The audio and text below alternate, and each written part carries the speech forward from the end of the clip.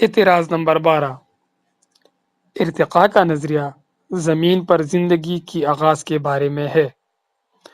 نظریہ ارتقاء میں اس بات پر ضرور بحث ہوتی ہے کہ زمین پر زندگی کا آغاز کیسے ہوا ہوگا۔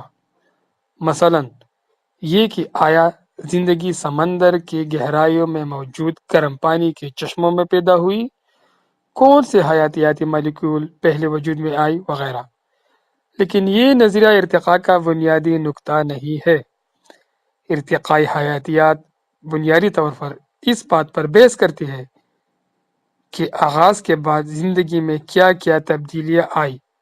اس بات سے قطع نظر کہ زندگی کا آغاز کیسے ہوا، آغاز کے بعد زندگی بہت سی شاخوں میں تقسیم ہو گئی، اور ارتقاء کی زیادہ تر توجہ ان محرکات پر ہے جن کی وجہ سے زندگی پلی پھولی